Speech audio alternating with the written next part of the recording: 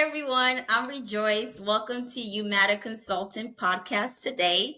Today we have the privilege of speaking with Andrea. She is the COO and the founder of Quantum Bloom.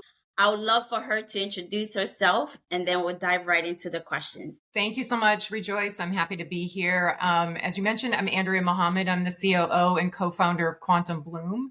We are on a mission to change the game for women in STEM, especially early in their careers when the exodus is highest. We're seeing early career women not pursuing or persisting in STEM at exactly the time when we need their participation, given the expectations around the STEM labor force growing. And in a nutshell, what we provide for these early career women is a community, a brave and safe space for women to convene, group and individual coaching, as well as leadership development, curriculum, manager engagement, and mentorship. Before joining Quantum Bloom, I was the VP of Strategy, Innovation, Marketing, Communications at a research institute. And before that, I worked at Duke University at the business school in a global marketing role. Worked at some startups before all those things, but I think the one thing that's sort of been the constant in my career is I've always been a change agent, somebody that's transforming. And I love to see what's possible and then sort of have the audacity to make it happen. Awesome. Amazing background. Thank you so much for sharing with us. So, Andrea, we're curious to find out from you what led you or what inspired you to pursue the careers that you've been blessed to have and even currently right now. Yeah, so I originally thought I was going to be a professor. I was in a PhD social psychology program. I'm a first generation college student. So getting into a Research One institution from my bachelor's into a fully funded PhD role was my dream come true. And I was there a semester and realized it wasn't the right thing for me. And so it felt narrow and confining. And for me, it's like I had the privilege of being at a school that wasn't very well known, but I had a lot of exposure to do a lot of things, and graduate school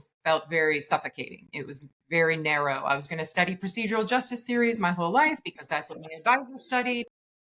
And I felt the walls closing in on me. And then I kind of spent some years working in startups and trying to find my way. I was someone who kind of failed to launch, if I'm really being honest. I was always a smart kind of student. I think I thought that because I was a good student, all the skills that made me wildly successful there were going to translate to the workplace. I went through the school of hard knocks, like all of us do, about the realities of what it takes to succeed as a woman in business. And I had, it was all around 2000 when I was entering work, and that the dot-com bubble was bursting.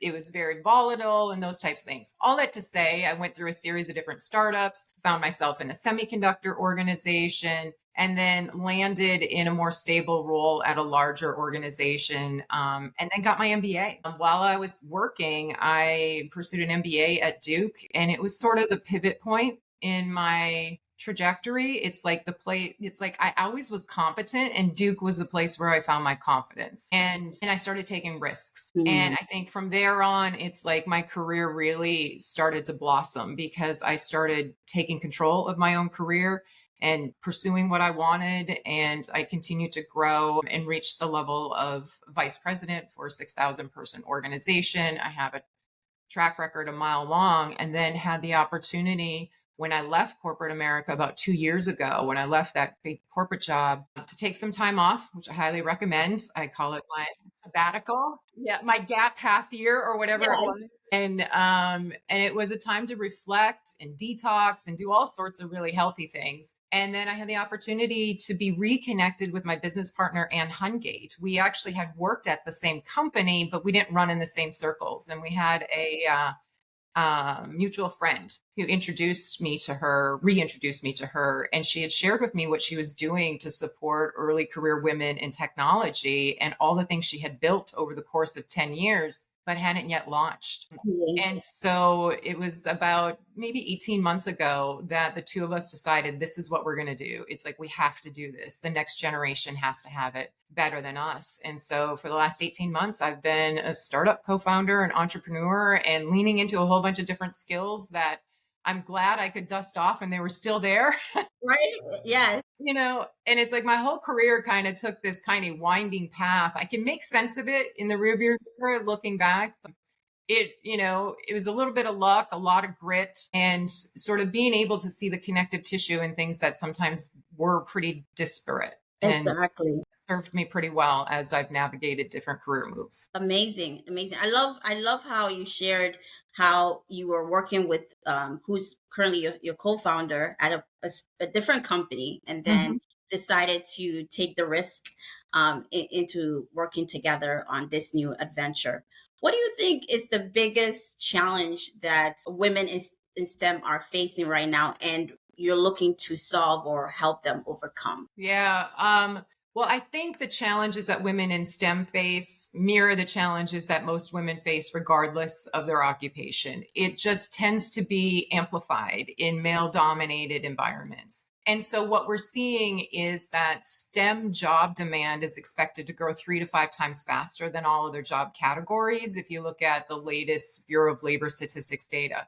And that's before some of the recent policy changes around reshoring and onshoring manufacturing that are both STEM intensive and STEM adjacent. And so what you see is this huge growth in demand for STEM talent, and women who already have STEM educations either not pursuing or not persisting in those jobs. And it doesn't take a rocket scientist to figure out that it's like women are facing, systemic bias and barriers when they're in these environments. What made them wildly successful, just like me as a student, doesn't necessarily make them wildly successful at work or fulfilled at work. And I think that the environments are still not welcoming, especially some of these more traditional advanced manufacturing. There's certain parts of STEM that have figured this out, like life sciences is doing a really great job of attracting diverse talent.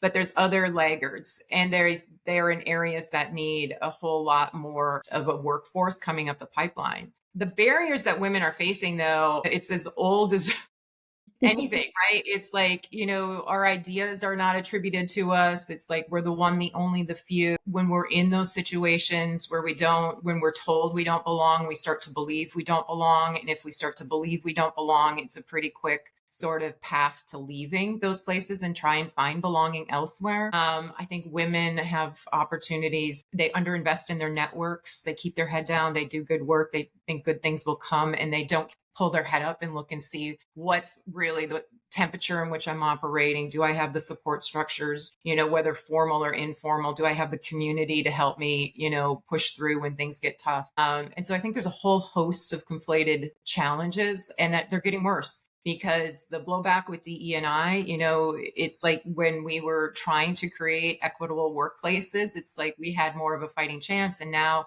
we're seeing sort of the retraction of that. And we need to see how that actually plays out in actual programming. But there's a lot of need for women to be in these fields, not just for their own livelihoods and being part of the jobs of the future, but also being able to build, organizations that the quality is higher, the productivity is higher when teams are diverse. It's like all those things lead to bottom line results and impact. And PS, it's very expensive when women turn over as quickly as they do in some of these tech jobs in the cost of loss, right? If women are leaving, it costs companies a lot of money in turnover that sometimes just gets ignored.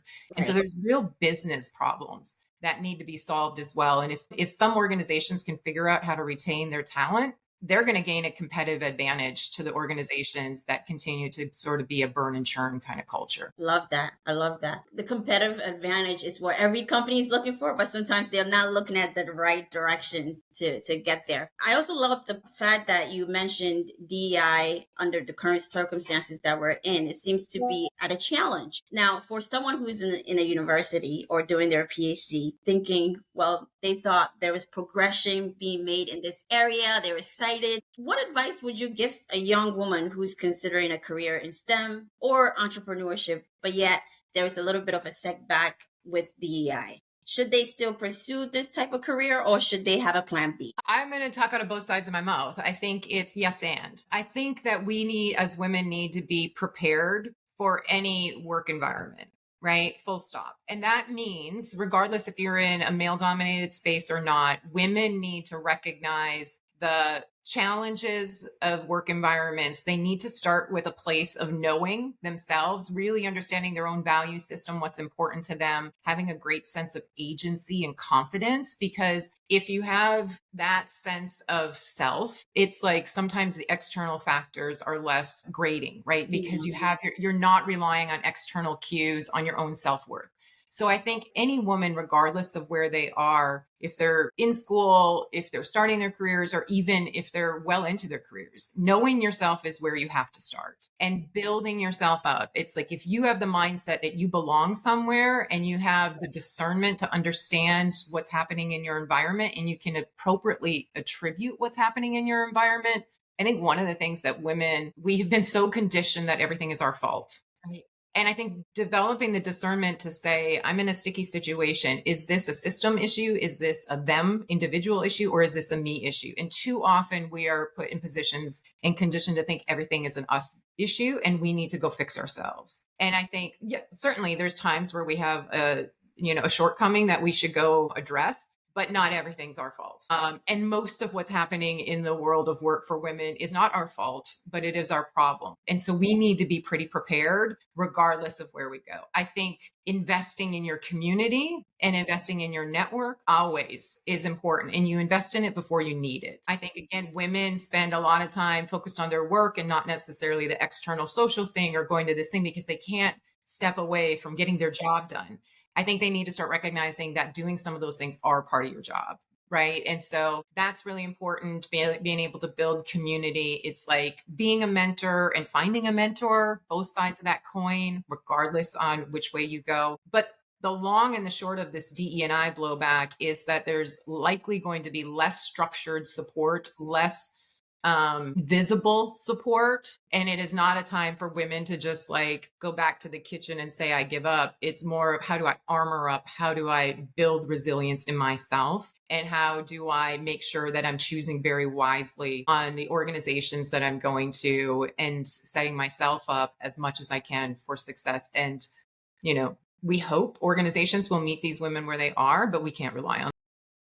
Amazing, amazing, wonderful advice. I agree with you. And I know you mentioned mentorship and also stepping outside of your organization to network and so forth. Sometimes women, we're just not good in taking those steps. How important would you say mentorship was for your journey? And how active do you felt like women in STEM particularly have to reach out for mentors or even join organizations like yours to help them develop? Yeah, I have probably a less traditional view on mentorship. I think there's a lot of bad mentoring happening out there. I think there are a lot of impressionable young women being mentored to conform and adapt to a system that's rigged. And while some of that can be useful in being able to survive, if our bar is at survival any longer, I think we really have a major problem. We really need to shift into what's it going to take to thrive. And it's a different playbook because the current playbook isn't working. Those of us that have adapted and become Gumby, and I did for many years, on like what is expected of me, how do I contort myself, how do I make myself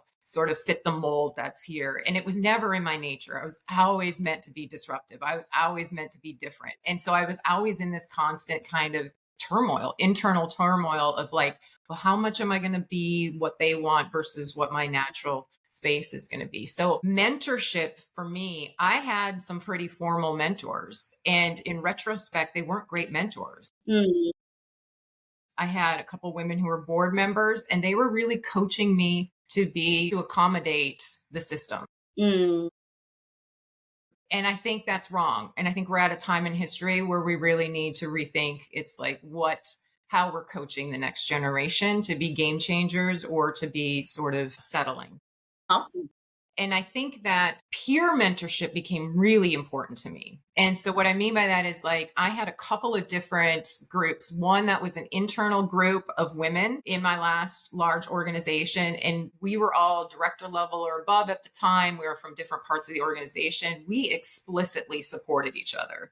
It's like we nominated each other for things. It's like we were each other's sounding board. Before we sent off, a difficult email, somebody read it. Before we submitted our performance reviews, somebody read it, right? Those, like a really supportive community of peer mentors was really important, both inside my company and then outside. Outside, I had been involved in mastermind groups where they were all marketing executives, and they were sort of my functional area mentoring board of directors, if you will. So peer mentorship, I think, and trusted people that are looking out for your best interests, that do not have jealousy. Like you think about, you really want safe and brave places to be yourself, and be very careful on choosing mentors and making sure those mentors are the ones that are driving. If they are more senior mentors in the traditional sense, that they are people that are vocally advocating for women and not coaching you to be small and fit in. Exactly, exactly. Love that.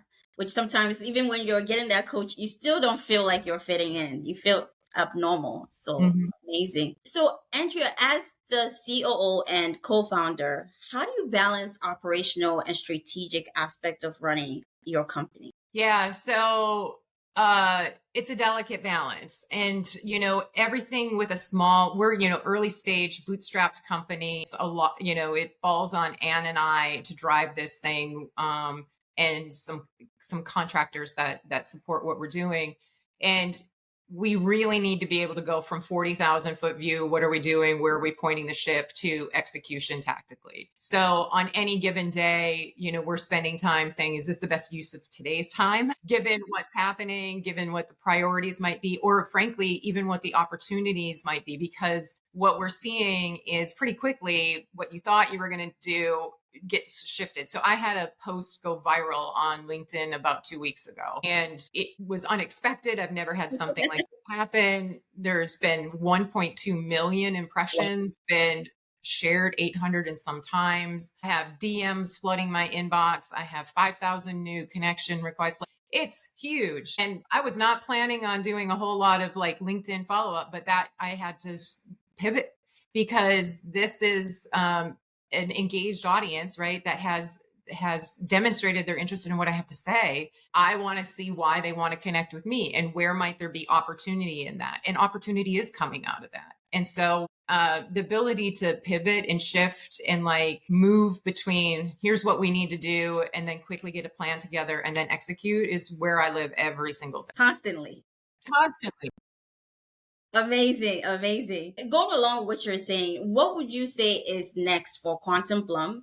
And what are some exciting projects or initiatives that are on the horizon for anyone listening who may want to reach out to you and get to know what your organization is doing? Yeah, so I would say what's next for Quantum Bloom, I think we have very clear headwinds, right? Overall, what we've learned over being in market for about 14 months is like we have very clear product problem fit. The challenge is on product market fit, and if the market wants to solve the problem. We were feeling very bullish that we had found certain areas where there was very clear pain points that Quantum Bloom could solve, particularly around semiconductors, advanced manufacturing, things that were largely supported by a lot of government backing. Now, with the government's sort of policies around DE&I and funding vulnerability, we've had to, one is we don't want to overreact, because the problem is still there. These industries are facing very big supply and demand gaps in their labor workforce space. But at the same time, we need to see how an organization like ours can play given these new policies. So we're in a bit of wait and see mode on that. At the same time, we're pivoting into our subscription-based offering. As we face these DE&I headwinds and organizations are pulling back from their programming, women may not have the opportunity to have structured support that's funded by their organizations, yet they are going to need structured support more now than ever, especially if those organizations are pulling back beyond just a name. And so we are leaning into our subscription, which we launched in January, which allows any woman who is early career in STEM, and even students now, because they don't require employer support, this product, where they can swipe a credit card, get access to our leadership development curriculum, a community of other early career women online, fully virtual, access to one-on-one coaching on demand if they need it, so that they can help themselves. So Awesome. that's a new focus area for us. Awesome. I love your subscription model. Can you tell us a little bit more about the leadership development that is incorporated in this subscription? Yeah, absolutely. So we have a very structured leadership development curriculum that lasts 3 years with a monthly lesson for each month of that year. And it covers four different leadership development pillars. The first is personal leadership. All leadership, like I said earlier, starts with myself and knowing myself. How do I show up? How do I want to show up? What are my values? What are my boundaries? What are my triggers? How do I accept feedback? All sorts of things that are all about self control and regulation and knowing. And then the second pillar is around people leadership. And at this age and stage of early career women, that's all about influence. How do we help women influence? Leadership is not a position or a title that you hold, but a set of behaviors. And it's like you can lead from anywhere. And so helping women develop the art of influence. The third pillar is around results leadership. Oftentimes, the more technical the person is, the more they focus on the what they do, the how they do it, the methods they do it. This is helping them translate all that good work into the so what and why, and how does this lead to an outcome that matters to the business, to the customer, to the project, and helping women translate their work into results and impact and not just inputs. And then the fourth pillar is around personal brand and thought leadership. Once a woman knows who she is, she's in a position where she's able to influence her environment, she starts having some of those results. The big impact comes from having the confidence to put your ideas out there, right? Where it's like, and innovation is going to come from everybody feeling, like they have their own thought leadership and they feel safe enough to risk putting new ideas on the table. And so that's helping women develop their voice and put it out there. Awesome. Awesome. I love everything you're describing, and I can't help but wonder, is there a way you're tracking this? Is there like metrics in place to track whether the person is improving over time? Yeah, I worked in science-based organizations for a long time and I was in a PhD social psychology program. I love data and I love the rigor around is what we're doing driving to the outcomes that we care about. And so for us, there's a couple of key outcomes that we're focused on. One is, are we able to attract more women into STEM fields? Mm. Two is, are they being retained in STEM? And then three, are they promotion ready? Because women don't advance at the same rate as men do. Full stop.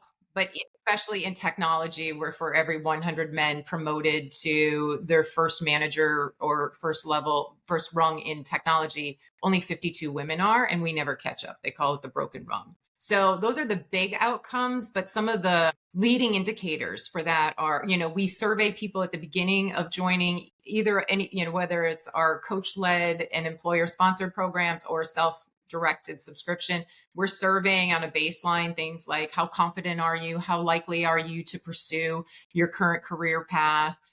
All sorts of things that are starting to say, where are we starting? What's your competence level in various things related to leadership? What's your sense of belonging? All sorts of things. And then every quarter thereafter, we're pulse surveying these individuals. And then to see at the end of working with us, it's like, have we moved you toward promotion readiness? And one of the things that we do in our full service, not a subscription, our full service program that's employer sponsored and coach led, individuals, managers are part of the program too. And those managers are also getting surveyed. So the managers are also assessing, is my participant moving toward promotion readiness? Are they seeing them develop confidence in those types of things? So we're able to get a little bit broader of a view of, are we reaching the desired outcomes? Awesome, awesome. All of it sounds amazing and fantastic. If you had one piece of advice to give to any of our listeners, especially women in STEM or aspiring to be entrepreneurs, what would that be? This is pretty easy for me. It's to take control of your career. Don't leave it in the hands of people who may be unwilling or unable to help you. I think the notion that anyone is going to care more about our career than we do is misguided. And I think sometimes that's something we all learn through the school of hard knocks, when we don't get opportunities and we realize that no one is really kind of figuring out how to move us to the next level. And when I say, take control of your career, I don't mean to do it alone. Quite the opposite, actually. It's like thinking about those support structures and your community and your networks and who you're choosing as mentors, those types of things. It'd be awesome if your employer provides opportunities to you. If that's the case, take full advantage. Again, sometimes we think that's not our job. We need to get our deliverable done. And I think even when we're given opportunities, we do not fully take advantage of those opportunities because we don't value them, like ticking the box on what my job duty was for the day. And so if your employer does support you, take full advantage, lean into it. Here's the thing. If you invest in yourself, it doesn't matter where you work. It will always go with you, Mm-hmm. right? It's something that is so durable, right? That investment in yourself. I remember when I went to business school, I went to Duke, and it was $92,000 at the time to go to Duke. And it was a ton of money. And there were a lot of people hesitate on making those types of Mm-hmm. investments in themselves. And when I got done with the program, I was speaking to an audience of prospective women MBAs who were deciding if they were going to go get their MBA. And I looked at them, I'm like, I would have spent double, right? Because it's like what I got out of it was so important and so impactful. And I saw it as the foundation for all things to come thereafter. And I think sometimes women, we hesitate to spend money on ourselves, Mm.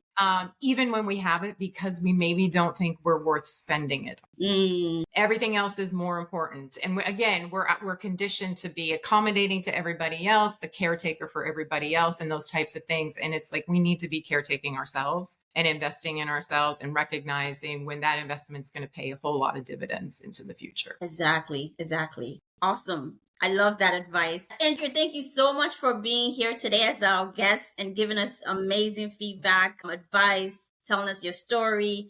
How can our folks listening get in touch with you? Do you have a website, social media handles you would like to provide? Yep. So our website, simply quantumbloom.com. We got lucky that we actually have a .com with a startup. And then we are also on LinkedIn. My co-founder, whose name is Ann Hungate, and I are very active on LinkedIn. Hence, I got a viral post in the last couple of weeks. I encourage people to follow us there. We also have Instagram that we're working on. We've got some interns that are helping us with that, and that's Quantum Bloom Inc. We're on Facebook. And so we're building our social presence, but I would say LinkedIn and our website are the best way to get in touch with us. We also have a monthly newsletter that is chock full of practical advice and resources for women, as well as a lot of research around establishing the need for more women in STEM and developing that evidence base about where we're headed into the future from a future of work kind of perspective, and why it's so critical that we need everybody all hands on deck in STEM. Awesome. Awesome. Thank you so much. And thanks for being here. And we Thank wish you a you. wonderful day. Thank you so much. It was a pleasure.